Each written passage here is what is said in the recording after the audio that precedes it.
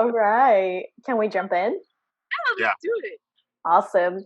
So thank you so much for joining me today. Today, I am so excited that I have beautiful Yvonne Chow and Safi Thomas, the Director of Operation and Education Director, as well as the founder and artistic director of H Plus Hip-Hop Dance Conservatory.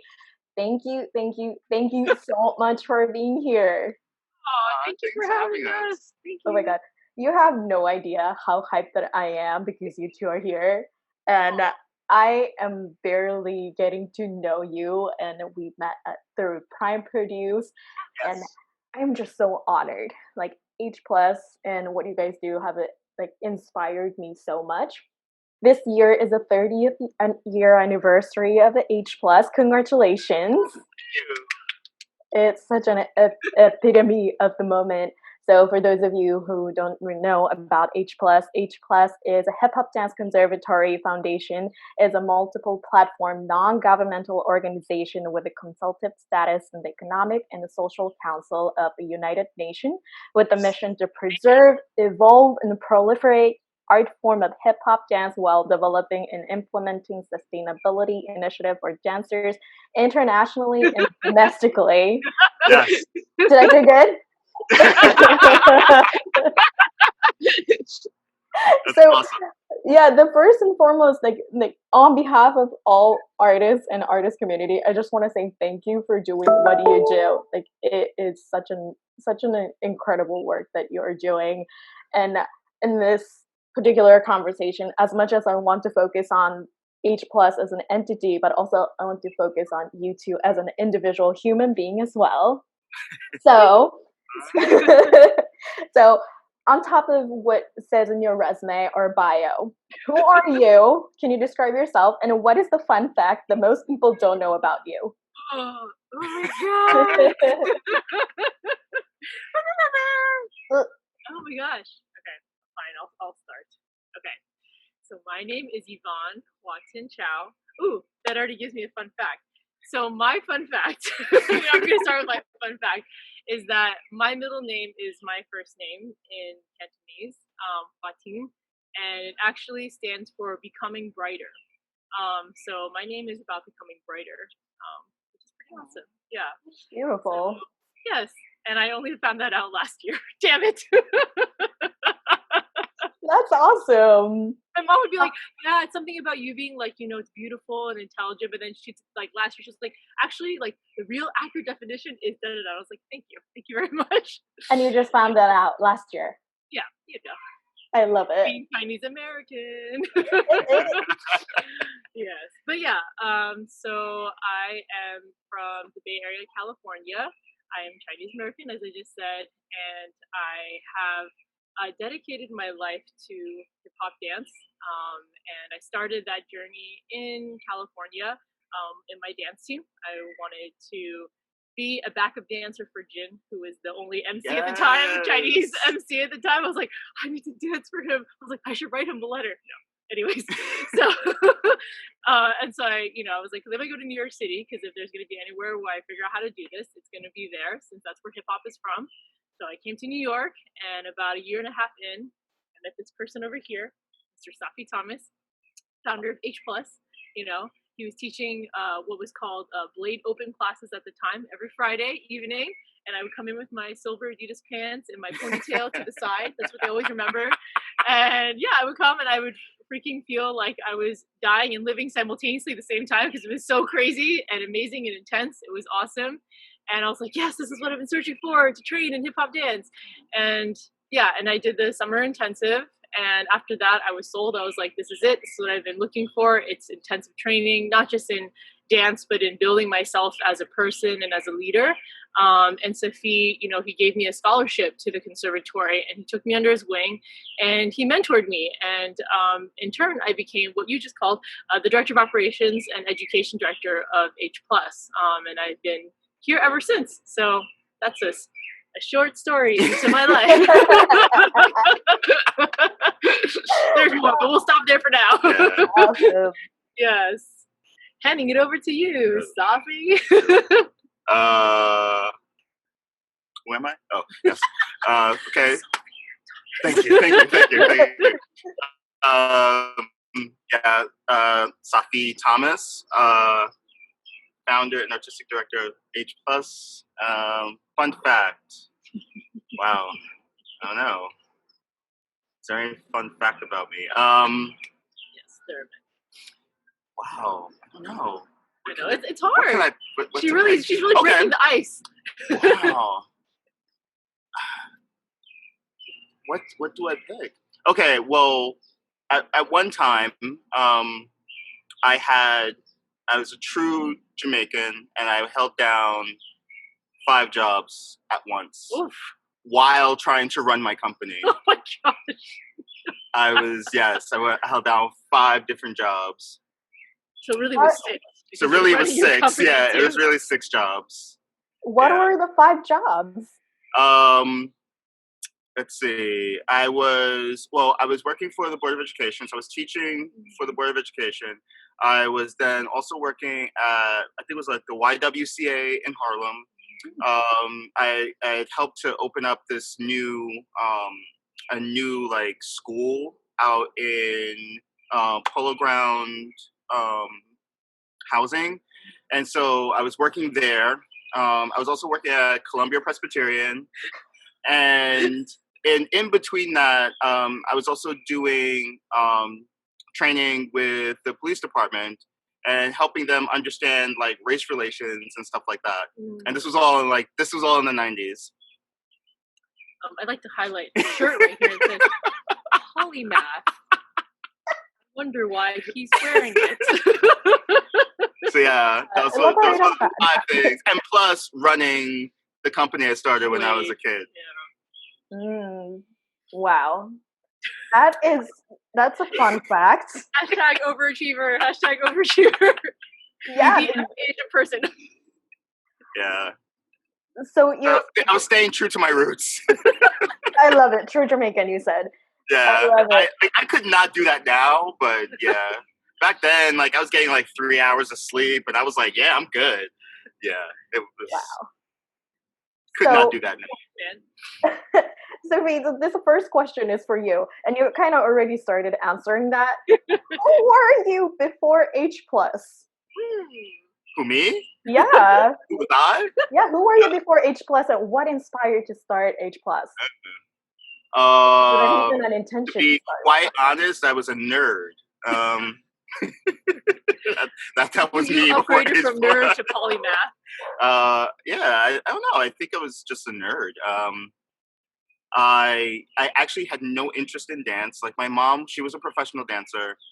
She had made it very clear that she did not want me to be one. So, it was all about like education. I was doing pre-med. Like I was doing like all this other stuff, like my docket was really full. And it was actually, I was like, 12, 13 when some scout or something came to like some party at our high school, and they were looking for dancers for this new TV show that was going to happen for this very fledgling company called MTV. And not so fledgling anymore. Not so fledgling anymore, are they? But yeah, and like that's how like the whole dance thing started. And like from there, I like met so many different people who like helped me to like navigate the industry and stuff like that. And then in the process of that, I don't know,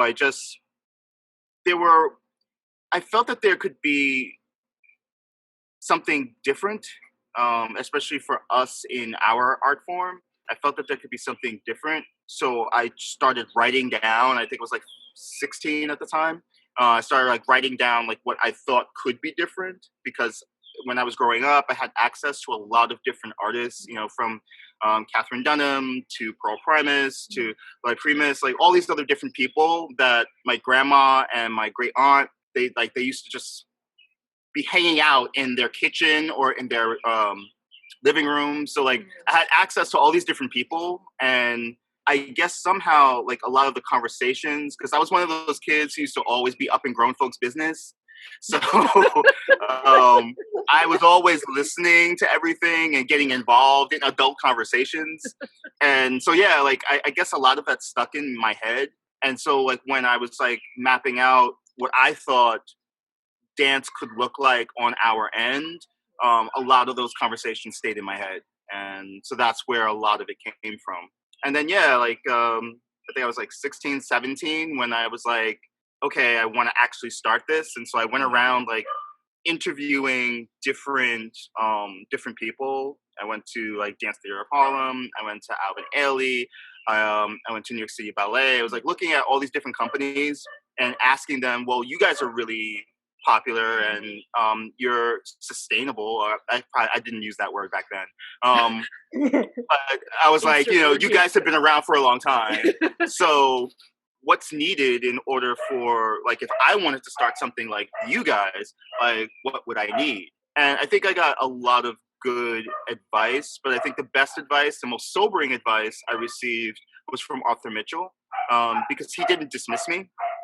He basically, he was like, he's going to speak to me as if I was an adult coming to him. And he just gave me some very sobering advice about starting a company. And he was like, if you don't plan on doing this for the rest of your life, then don't bother. If you're not going to elevate your art form, don't bother. I took that very offensively. The teenager in me took that extremely offensively, but I didn't realize until later, like, what he really meant, and how he was trying to actually help me. Because now I find myself, being like, look, don't get involved in this if you're not going to be serious. So yeah, like, that's how everything kind of started for me. I started my company in Harlem, and I was like looking around and seeing like a lot of the kids in the area like didn't necessarily have anything to do at the time. And this is right in the middle of the crack epidemic. There's so much that was happening at that particular moment, and I was like, look, let's dance. Let's just do something. I was being extremely idealistic. I'm like, yeah, dance can solve the world's problems. Yeah. But I mean, it ballooned from that, because I was asking the kids, and quite honestly, we were all kids, but I was just like a little older. But I was like, well, what are some of the issues you're having? And aside from just dancing, like, what's bringing you here? And like some people, some of those kids were like crack babies. Some of them had abusive households. Some of them had family members that had HIV. Some of them, there were so many different issues. And so we were like, okay, well, what can we do about some of those issues? Instead of feeling powerless, what can we do? How can we like do something about this? And so that's where like all the other programs started to pop up, And yeah, like it just all started with us as kids, and now here we are all these years later, and now we're doing everything that was written down in the business plan. Now we're doing it all. Wow. I love that. I love that. Well, thanks everybody. That's a wrap. It's so inspiring. And the one thing that really stood up for me from what you said, if you're not serious about it, if you're not going to do this for a lifelong, the rest of your life, don't bother doing it. And it is, I had an honor in of participating in your community class, and that's exactly what I felt. Right? If you're not serious about it, you're not gonna do this. And it was a really, really powerful experience, and it really gave me an opportunity to see this art form from so much more deeper level of respect. And one thing that I'm really, really grateful for H Plus is that I also got to see your shows, and it really is about community and culture, and people get involved, not only from the perspective of race, gender, but also intergenerational. That's something I really appreciate about H Plus. And in that community class that I went, this little girl came up and talked to me. She's like, "You're doing this," and I got mad triggered. Then I had to check with my ego, right? Like I had to really check with my ego. And afterwards, I had a conversation with Yvonne and said, like, no, we want to really teach kids and empower kids that they have something to offer from that young age. And that is one of the most eye-opening experience that I had from that class. And that being said, you work with so many different people, not only age range, but also from different countries. Yes. Right? So for this is a question for both of you. Understanding that hip hop is a cultural dance and it's a history and really the culture, and how has it been like for you to be working with the different people from different backgrounds? Well, yeah. So as you were saying, hip hop is from the Black and Latino cultural heritage of the United States, and as such, there are cultural roots to the whole all the different art forms that are in it, from emceeing to DJing, graffiti. The breaking, dancing element. I think first off, in order to answer your question, I have to first acknowledge that I am a guest of this culture, and that means that this is not something that my culture created, but I'm coming in to learn it, to understand it from its foundations and to respect it, right? And that means not just the dance, but the people that created it, right? And the culture that it comes from. And that's a big part of, how I learned under Safi, because him being my main mentor, we always talked about racial dynamics, positionality, what it means for him to be a Black man, extending his time and his energy to teaching somebody outside of the culture, and also to entrust me, to be able to then pass that on to future generations of students, So I think that is something to acknowledge first, and then going to what does that mean to then teach other people from other cultures, right? Because we have our summer intensive that we do each summer for 2 months, and even during the year we've got a lot of different people coming in, from South America, from Asia, from Europe, Africa. It's like all these different people coming in, and even though a lot of them feel very closely to hip hop and feel really closely to the struggle that hip hop represents, right? Because hip hop is created from the very fact that there were social injustices, and still are obviously right now. And it's a post-civil rights era dance. And that's why I think people all around the world who are in different struggles many times connect to hip hop in that way.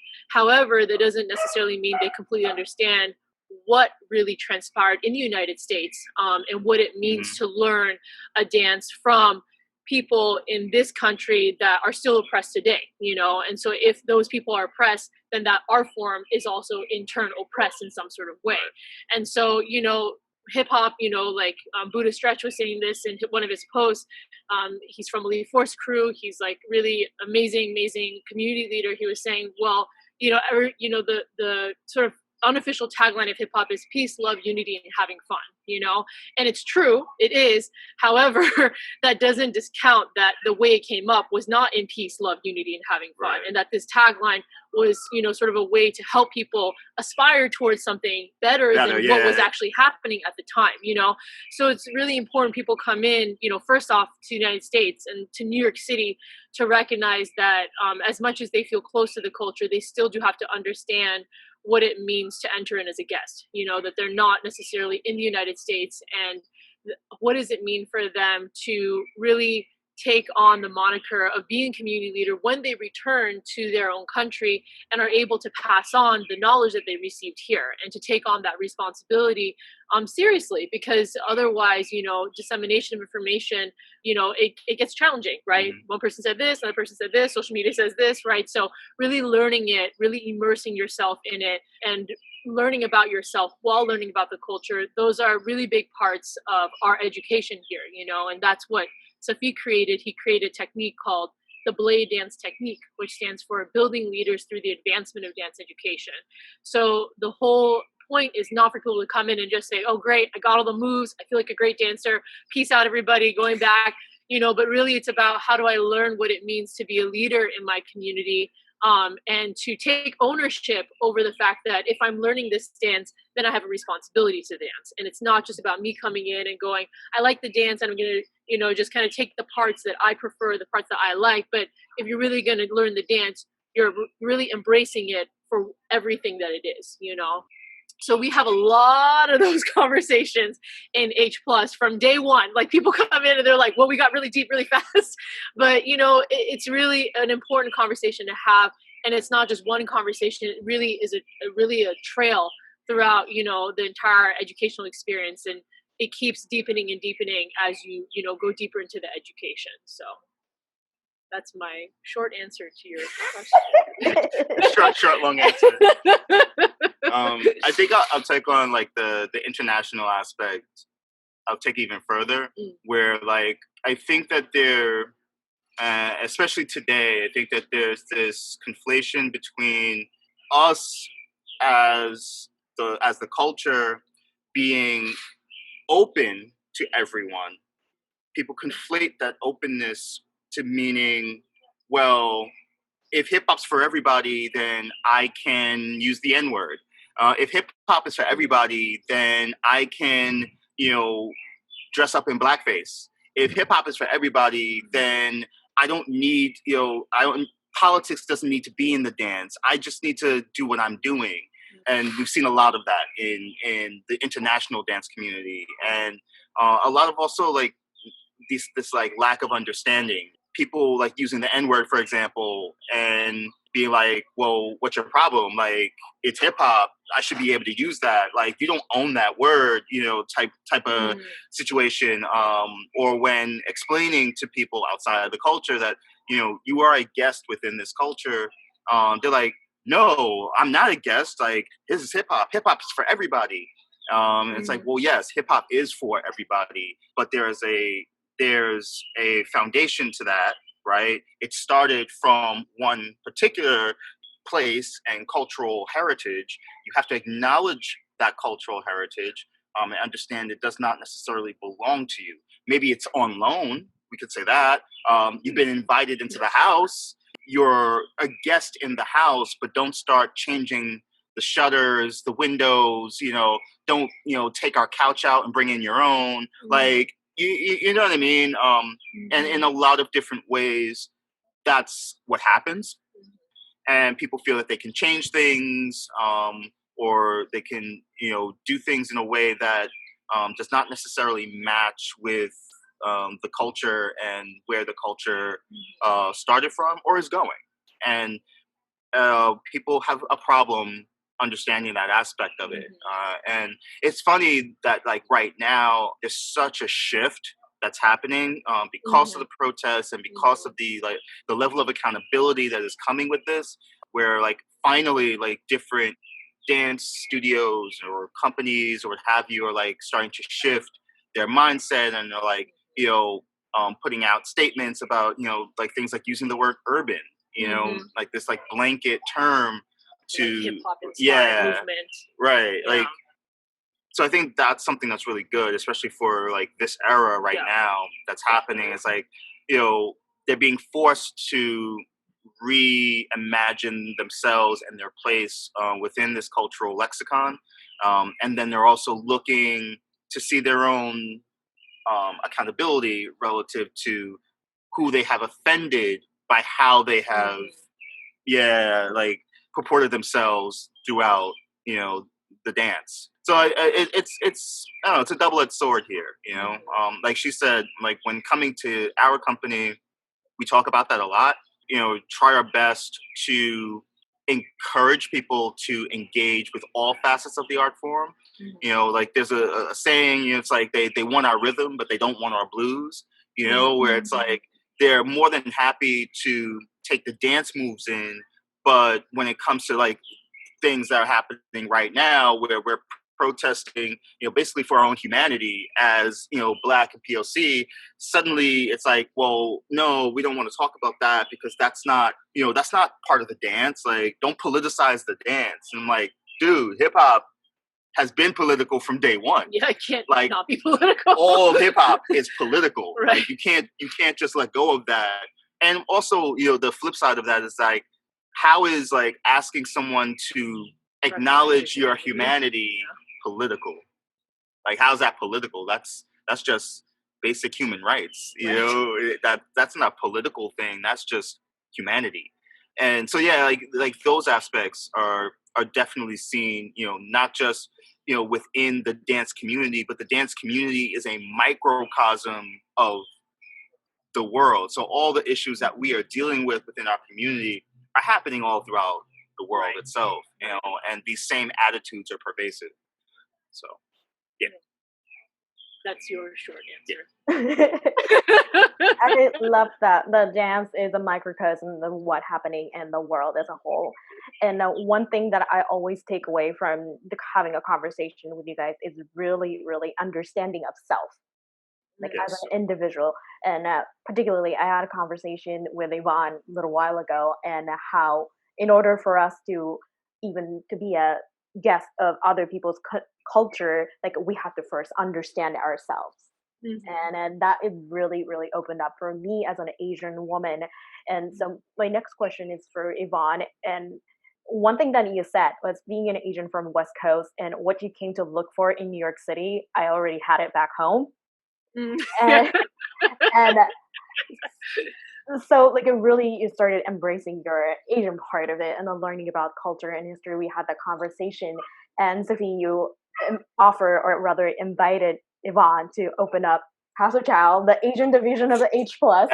Yes. So Yvonne, what was your initial reaction when that came along? Yes, what was your initial reaction? Well, at the time, I didn't show much on the outside, so it was just kind of still, it was just like, oh my God, But inside, I was screaming. No, I remember that day. We were at what was it, Danny Studios in the conference room. We used to have these what was it? It was the pedagogues. The pedagogues would have academic training together after our long 8-hour day of rehearsals. It was great. So intense. But I remember him saying, that I needed to build a house for people like me that could come in and feel like there was somebody that could guide them on this journey of being Asian or Asian American in hip hop culture and dance. And I remember just thinking to myself that I didn't understand what the point of it was necessarily. Like I was just like, okay, I guess. But Safi, he's a very patient man. Now I am. And he waits for you to get it. It's always about encouraging. He never like really forces anything. He's just kind of like, hey, here's an idea. He plants that little seed, and he's waiting to see, maybe drop some water, some sun comes on, a little wind blows it away a little. But it hit me, obviously, because I came back to that thought when my nanai passed away. That's actually when everything really shifted for me in my mind. I think it was really a shock and awe moment, because she was somebody that I actually was not totally close with growing up, but I got really close with a year before she passed away. To get really close to her and then all of a sudden lose her was just like, whoa, okay. Like, I don't know. I guess I just didn't expect that. And I wanted to do something to honor my family. And I was like, oh, well, Safi already gave me that idea 3 years ago. And then, he was like, you should build a house. And I was like, well, House of Chow, look at that. Let me just be real literal right now as an Asian person. But yeah, no, I am really thankful for Safi doing that, because, inadvertently, in order for me to have created House of Chow, like you said, Yuko, I had to actually learn about my own culture. And I was really resistant for many, many years looking at my own heritage. I think I felt a little bit ashamed of it in some ways, a little bit distant, a little bit not understanding how to really go about understanding my culture. And I think a lot of it was due to the fact that much of my identity has been argued with by my parents. There's a lot that they don't understand about the choices that I make in my life relative to, my career choices, my community, my the way that I even live. There's so many things that just they didn't really get or understand. And so I associated it with my culture, and I was like, well, then how do I get close to my culture when I feel like my culture doesn't accept me? And so that's really was the tension that I felt for so long that I never really wanted to explore. And I was like, okay, culture is beyond just parents. Your parents are obviously your first, sort of circuit of understanding culture, but there's history, there's lineage. And especially for Asian people, we've been here on this earth for a long ass time. So there's a lot of history to look at. So I had to start looking back. I had to look back at things that happened in China, things that happened in Vietnam that definitely affected my family. I had to look at people in the United States, like Yuri Kochiyama, like Grace Lee Boggs, and then realizing, oh wow, I never learned about any of them in school, and I had to go out and find these women that I always wished existed, and lo and behold, they always did, but they were not accessible, and people like Safi and others would direct me and say, hey, look at this woman, look at this woman, look at what they're saying, because they were also involved in the Black Power movement, the Civil Rights movement, and things like that. And so, especially in the Bay Area.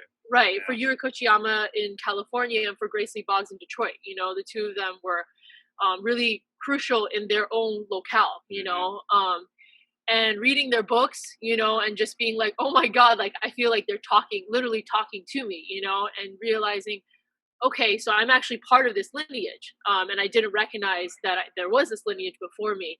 So, House of Chow is obviously a section of a larger entity, because I'm, covering dancers, artists, hip hop.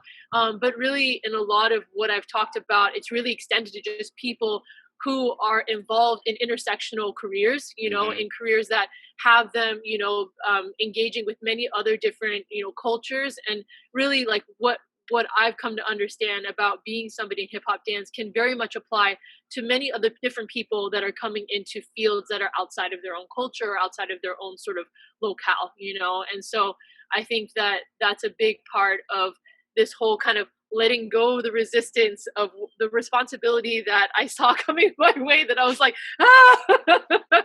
But then realizing that really underneath all of that was just, kind of a, me grappling with my own self-identity, right? And being able to really be prideful of who I am and where I come from, and really appreciate my parents for what they've offered me, and be able to see both, the positives and the things that need improvement from them, so that I can do better for the next generation, So that's a big part of what allowed me to sort of resolve a lot of that in my mind, and actually take action and create something sustainable that, again, can live on for us. So, yeah.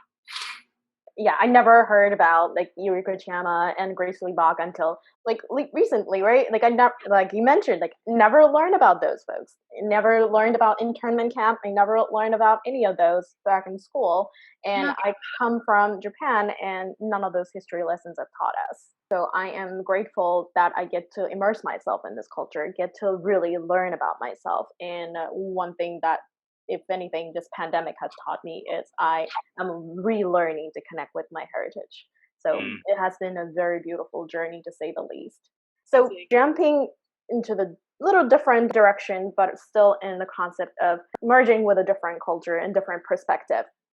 So H plus has the consultative status at UN.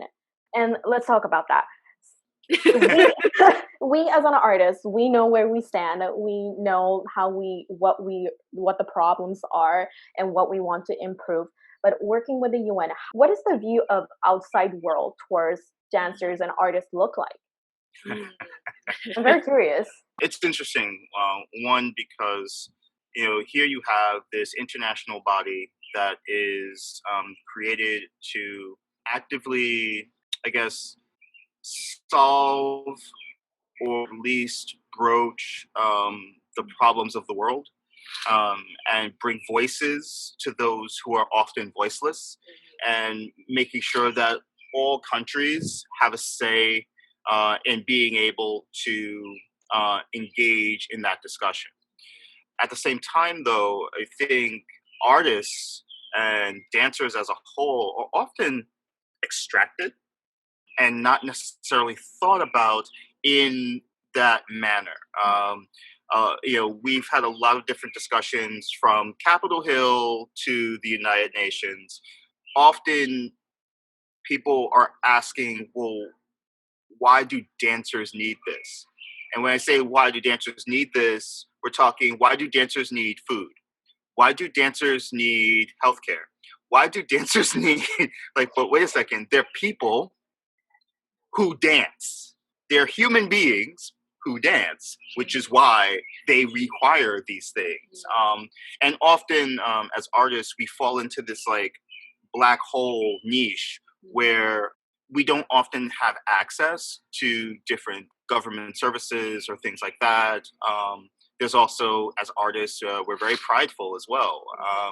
And it's not like there's anybody who's willing to necessarily like reach out to us to let us know, hey, here's what can happen.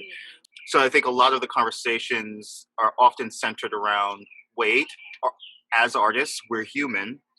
We're impacted by racism. We are impacted by sexism. We're impacted by food shortages or poverty. We're impacted by hunger. We're impacted, they're like all, laws. right, Yeah. like there are all these different aspects that, as dancers, we are still impacted by. And I think for us, it's about making sure that the voice of hip hop dancers specifically, but dancers all together, are still heard. And I think, like once we get past that initial conversation, then, it's like, oh, okay, so like, what are your needs? What do you guys need? What are you trying to accomplish? What do you want to do? How can we help? And so it's always about having those conversations first. We have to have those conversations where we kind of have to like prove the need, and then they're like, oh, okay, so you guys need this stuff too. And then also getting over the hurdle of only seeing artists as entertainment, because a lot of times they'll bring in artists from all over the world to perform, but they don't bring these same artists in to have a voice on these councils. Right. And to be able to share the issues that they are addressing. So, maybe someone will come in and do a piece, either spoken word or dance or music about female genital mutilation. But that same person needs to be sitting in those meetings with the decision makers about what next steps are. And that's the part that doesn't happen. It's like they don't invite them to speak, they only invite them to perform. And I think in viewing dancers, and that's something that like we took a stance on, like we're not here to dance for you. We're here to have equal discussions. And so like we often find ourselves like being like, no, we're not going to perform. Like people are like, oh, you guys you guys want to come in and like perform and like do it. And like, no, that's not why we're here. I was like, no, but I'll take the beginning opening dialogue. Yes. You can give me a seat there. And they're like, oh, okay. It's so difficult, and because I think once you're viewed as the performer, it's very difficult to then view you on an equal playing field. So yeah, that's just something that like we always do, where we're like, no, that like we decided like right before we even got the status, we're like, look, we're not going to do any performances or anything like that. Right. Because then immediately they're going to, kind of pigeonhole you into that category. And it'd be very hard to actually want to have a conversation afterwards. Like they really have to be able to see the merit in us, actually being a part of the conversations and recognize that the perspective we're providing is one that nobody else can, and if they appreciate us so much relative to entertainment, then in order for us to survive to do that, we need to be part of those conversations. Otherwise we can't do it, So, yeah. So that's something I think that's very valuable about being on the council. And also the pairing of the sustainable development goals to where artists are at right now, things like zero hunger, good health and well-being, decent work and economic growth, like all these things very much apply to artists, but often there's no cross connection between the two. And so that was a big part of when we, where was that? What did we go to? Utah? We went to Utah.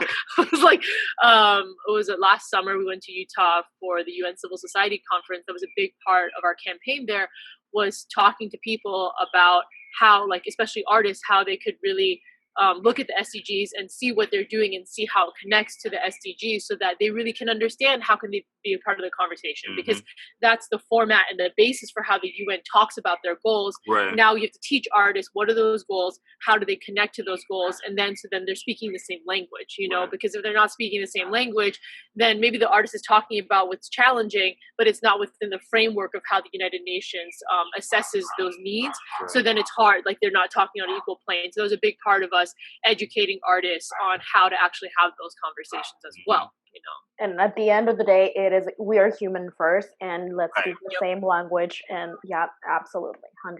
I'm a big fan of that human first conversation. You go for president. You go for president. I am not a U.S. citizen. I was not American born. So I'm not going to be able to be a president, but thank you. I'll be the hype woman for we're human first. Like, honestly, right? Like, we're human first, and if our basic needs are not covered, we're not going to be able to thrive in what we do. So I really appreciate that conversation and being a stand, and not only as a performer, but as a human, you guys representing our community. I just want to say thank you again. So COVID and the civil rights movement and Black Lives Matter, we started including all that in conversation, and everything is now digital. So what's next for H+? What is next for H+? It's funny. We were just I was just discussing that with somebody like just a couple minutes ago, and I think we're definitely reevaluating some of our plans, and certain things have been pushed up as a result. Other things are being like switched around. You know, a lot of our programs are about closeness and community and just vibing with each other, you know. So like one of the first things we did was Dance Smart. Like we made Dance Smart, you know, we do Dance Smart Live now. Just, you know, keeping like the communal party aspect. Like we're doing like split screens with other dancers, you know, from all over the world, and you know, just like people just joining in, and you know, just trying to bring some type of level of like, you know, joy and happiness to this like really heavy time, you know. And then we're trying to figure out how to, or we figured out how we're going to expand the program to still be able to provide like groceries and food to dancers by doing a program called Doorstep Dance Smart. So like we're gonna bring the groceries to them, and like just start delivering groceries to dancers, instead of them coming to like one localized location. And then now we're like pushing forward on a couple of different initiatives. From, you know, the hospital that we were going to build. We were supposed to start on that in a few years, and now we're going to start on it this year.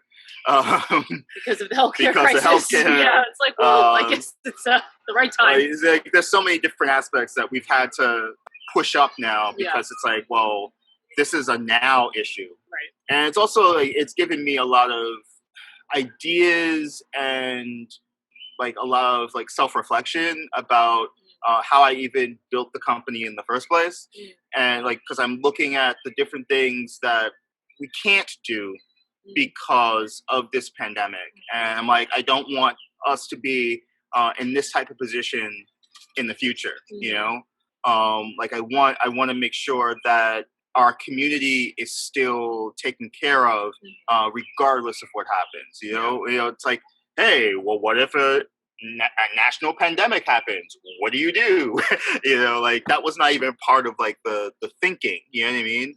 Whoever thought, okay, what if everything shuts down? Like, how do you still help people? So now that's a part of that 50-year plan that we had done back in 2011, 13. Well, yeah, we released it in 2013. Yeah. So yeah, we had written it earlier. So like, you know, having to adjust that plan, like figure out, you know, well, let's make sure that we're able to help people throughout the long term, you know, because it's hurting like all dancers, you know, like our own dancers, you know, dancers in the community, like everyone's hurting from this. And, you know, I want us to be able to provide more, you know. So I'm like really looking at some of the holes in my own planning, reevaluating my approach to like how we do this in the future. Wow, like 2020, what a year. Nobody's ever going to Yeah. forget this year.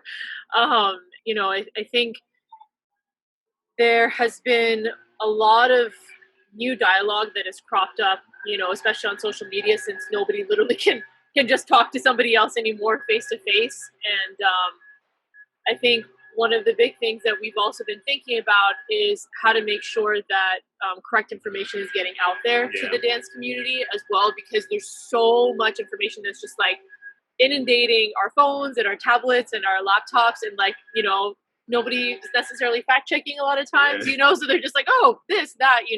So a lot of what we've been thinking about too is for Medic, which is our free clinic, like putting out PSAs every now and then that just help people understand like what's going on with COVID-19, like what should they be thinking about as a dancer, especially since their body is their instrument, and you definitely don't want to get a virus, because you don't want to be out of a job like indefinitely, you know what I mean? Because there's, even if you get over, there's so much recovery still just to rehabilitate, right? And so a lot of what I've been thinking about is, what does it mean for, number one, COVID-19 to affect the dance community, in the sense that we really have to stay healthy during this time, stay training, because once everything starts to reopen, we have to be ready to go, right? And we can't just all of a sudden pop out after 3 months of not dancing and then hope everything's just going to come back. We have to keep practicing this whole time. And really what it means for dancers to recuperate from this, because a lot of dancers were not working during this time, because our entire industry is shut down. And so moving forward, looking at, in general, the performance industry, some theaters might shut down, some museums might shut down. I'm reading a lot of articles about how a lot of arts organizations might be closing. There's a lot of uncertainty relative to, how it is that we're going to keep going in this, quote unquote digital age, especially since a lot of artists started with giving out things for free digitally, and so what happens then if people expect that your services are free for good, and then you're starting to charge, how are people responding to that, right? So that's another big question mark that we've been thinking about, is how do we, with, our leverage and our power, how do we start to help the dance industry, like, kind of reshape and rehabilitate, so that dancers can get back in a safe way.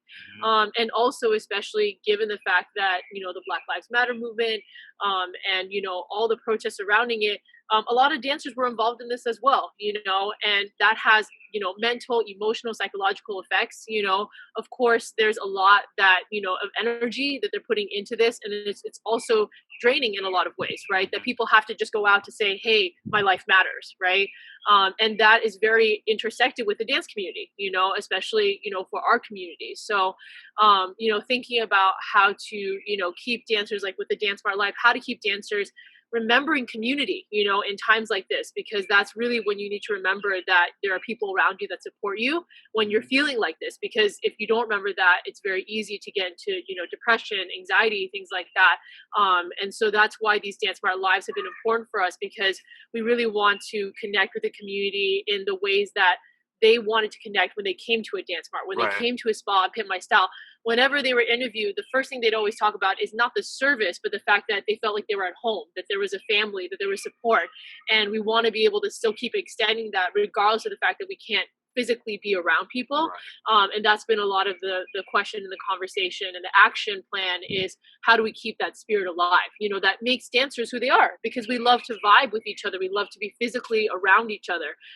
How do we kind of keep that spirit up, regardless of the fact that there's so much going on right now? I'm just always in awe of you guys, and like how you get to really provide space for artists, whether that is virtually or physically, emotionally, spiritually, mentally. Like, I am always so inspired by whenever you guys open your mouth. So I just wanted to put that out again. I have one more question, but how can people learn more about H+? How can people get involved and support H+ and dance community?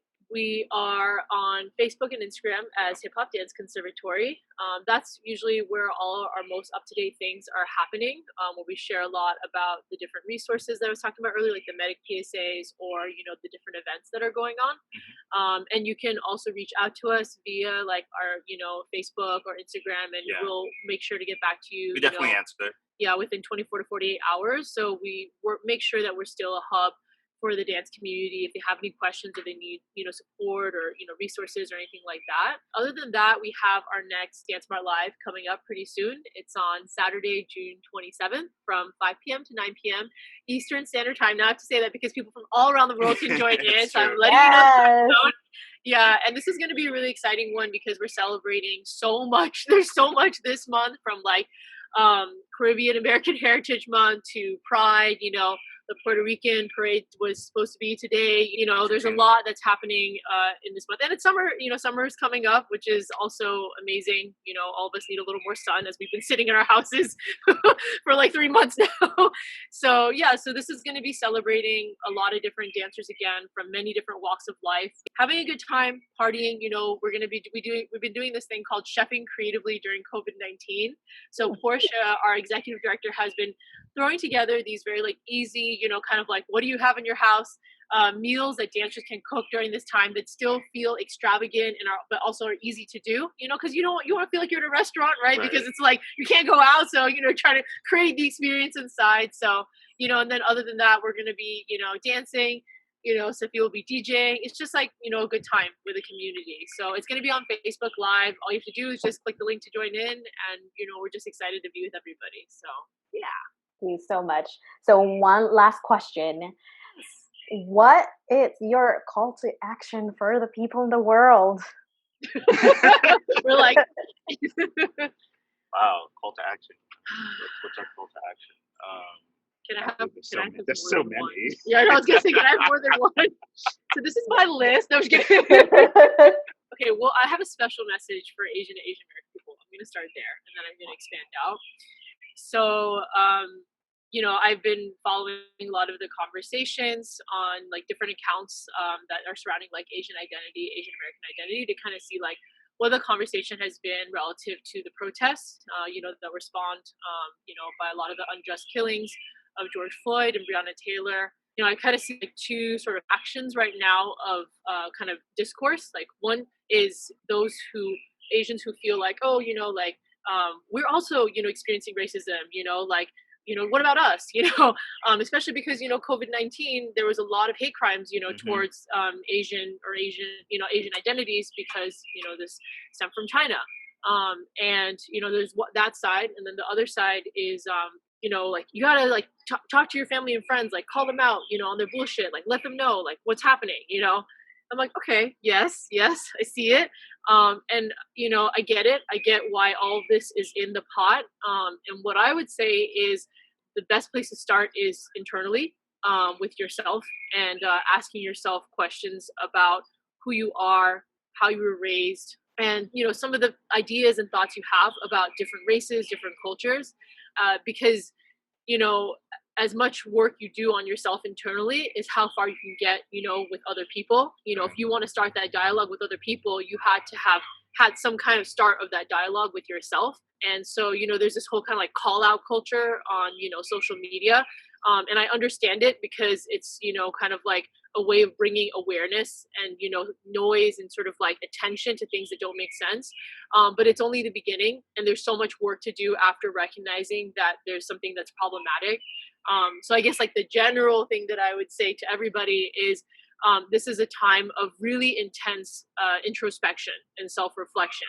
And that is also action. I think often people look at action as doing something physical with your body, going outside, but there's a lot of action to be done with writing, with understanding, with reading, learning, history, having obtaining more knowledge, being able to further your own conversation in your mind so that you can be, somebody that can contribute to other people's, conversation, and especially touching the people that are closest to you as well. That's something that Safi would always teach me about advocacy, is that you got to start with those that are closest to you, because those are the people that, you have the most impact and influence on, like your parents, your family members, your closest friends. While it feels small, it's actually very huge, because if everybody does that, right, it ends up having a really amazing effect, because everybody takes care of their circle, of their community of people, so I would say, take this time, especially because we have quote unquote more time than usual. Take this time to check in with yourself, reevaluate where you're at, and allow what people are saying to inform you, but not determine things. Like, allow it to inform you, but also like be able to create your own understanding for yourself, and understanding where you're coming from. And yeah, so I would just say that my call to action is introspection and self-reflection, and not letting it stop just from this moment in time where things are very high, but allowing that to be something that's a consistent part of your lifestyle, that is something that you do all the time, because we can, always be uncovering things about ourselves, so. I think for me, it would be um, something that I also have to keep in mind, which is self-care. I think that, especially in this time period, for us as, like African Americans and Latinos and like just everybody, like I think we have to dig through the anxiety and the pain and the hurt that we are feeling, and not let it take us over. It's okay to be angry. It's okay to know that everything that is happening is unjust. It is okay to react in whatever way you're reacting. Some are protesting, some are posting on social media, Twitter, Facebook, Instagram, wherever. Some are at a place where they can do something legislatively, so they're going in that direction. Some are like, you know what, let's get together, let's make sure we vote. Whatever that thing is that you're doing, you have to also make sure that you're holding on to your sanity. And Yes.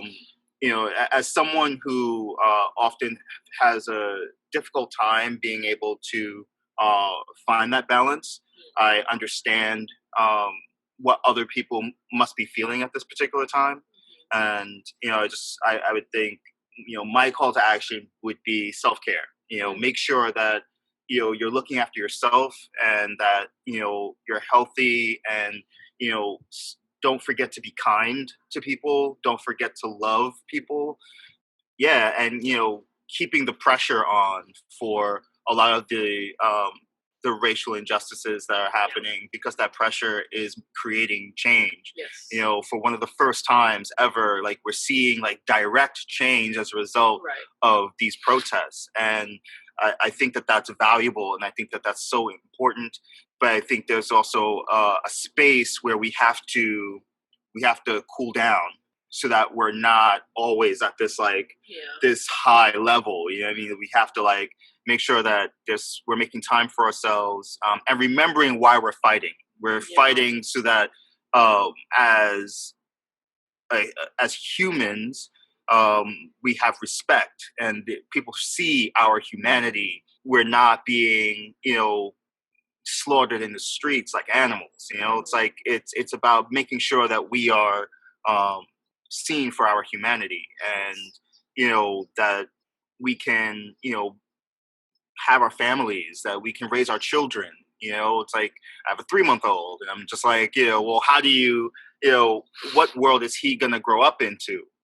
And that's and what's my responsibility in that, and what can I do this new world that he's going to be entering. I don't know. I just think, like, self-care is important and valuable. And I think it's on my mind a lot, just because, having a 3-month-old, like, it's like you are extra careful about what you're letting out on them. And I noticed that, in thinking that way, I'm like, well, damn, like, there's things that I'm doing to make sure that I'm not like jumping off the walls. And I think that everybody could be benefiting from that. From everything from just self-evaluation to meditation to self-assessment to just having fun. Like watching movies. Like every week, like we have like a movie night, and we just veg, and like watch programs and like. I mean, I don't know. I just think it's necessary. Like. There's people who are like, playing video games, whatever it is that just makes you feel good. Like, please do that.